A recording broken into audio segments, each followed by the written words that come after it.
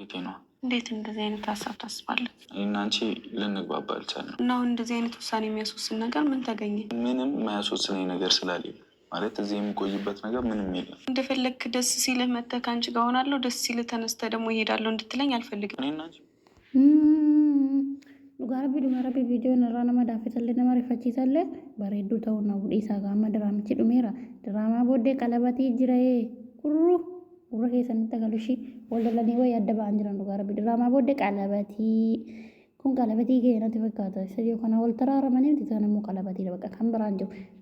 Kasi burra walii galleera. Assalaamu alaikum warahmatullahi wabarakatuh. Akka mul'atan obboleeyyan nagaa keessanii baga rabbi nagaan ulfate weetii kanaa siin geete isin jedha mara keessanuu.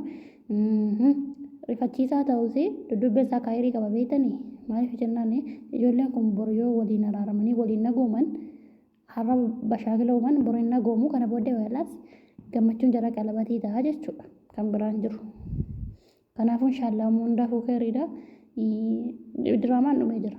Diraamaan gara gabaabaan citee jira jechuudha dhala. Alhamdulillah rabbil alamin rabbiin deebisin. Maaliif jennaan bakka buraan amma deemeera na wassanaa jedhe viidiyoo siin argine malee viidiyoo ni waraabee hundi keessanuu dhageessaniittu. Na wassaneera waan ta'eef deebitee siin argine garuu immoo nama hedduu galateeffatee nama warra kaan galateeffatee maal jedhee jira nama sodaachisayyuu hunda'u. Hundaafuu khayriidha. Rabbi nagaa haa buusu. Takka akka irraa buraan tanaan iyyuu argee hin beeku. والله دوغا ربي كيسي نما ريفاتشيسا لا خير ان شاء الله. ربي خيري تسني فاجت جيرو بكت يعني من نازن سيستمال جدي اسيت مالي نريفت ديمتا انا ملي جرين كان كده نريفت ديمني انا ملي بوتان قجيل فني يعني من كان لي كاير دين كاجت وقت كركون غبوت من اوفرين دي سمنا مني جدي سين فندن دا منا مني جتو سيتو غرومو تو كاستي ورانو ديتين ديمو درامان كيني qooccalee moo qooccalee jedhama dhumee jedhama miti kanaafuu diraamaan keenya dhumee jira dhaabbatee jira natti fakkaata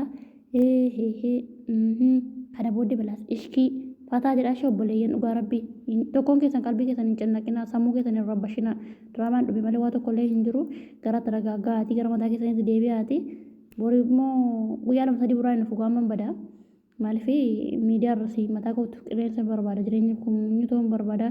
Jedara biyya sana kaya jedara isayyuun naqu yoo ta'e manuma himi kanatti firaashii kan biraa wayii dabalatanii jiraatanii malee abshiruu isiniin jedha wallahi maaliif ayi mul'atis isii biraa deebi hiyooti waan darbee kalaas wanti darbee namni kamiyyuu namni koo eenyu yoo ta'e wanti dabarsan hin jiru nama jaallatanutti immoo waan seenaa dabarsan sana yoo dubbate namni naara waan ta'eef mucattii yoo ta'e mucaatti lafatti akkoftu nagaadhaan bakka jirtu haa teessu hadha waggaa tokko teessanii kaatanii kaleessa mucattiin isa disinitti hin kaane.